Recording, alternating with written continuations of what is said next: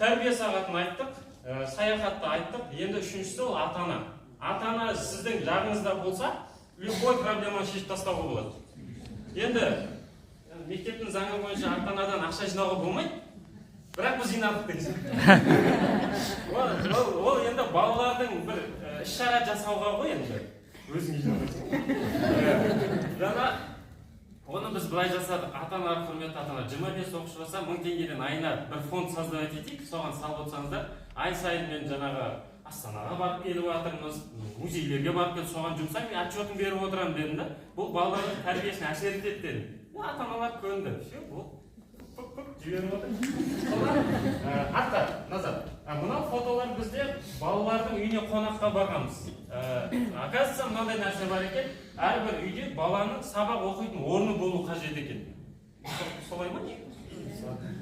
Сондай орны бар екен. Соны көру мақсатында біз ата-аналарға қонаққа бардық балалармен. Қонаққа бардық, апай, ата-анаға айтамыз, шай, тамақ қажет жоқ, десек те ет асып қояды олар, жақсылап. Сонап етін жейсін жаңа, әңгіме айтасың, туысқан дәрежесіне шығасың да.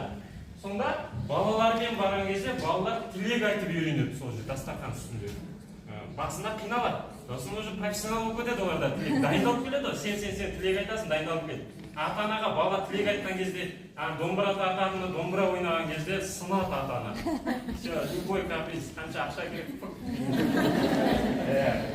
Сосын балалармен барып, бір-біріне бауырмашылдық арта бастады, сынып уже біріге бастады. 15 бала болып барамыз ол жаңа келіп кезде. Сияма қанша бала сияды деп сұрайсың, қанша бала келді. Следующий. Осылай, туған күндеріне барамыз, бір мероприятие болған кезде барамыз, можно.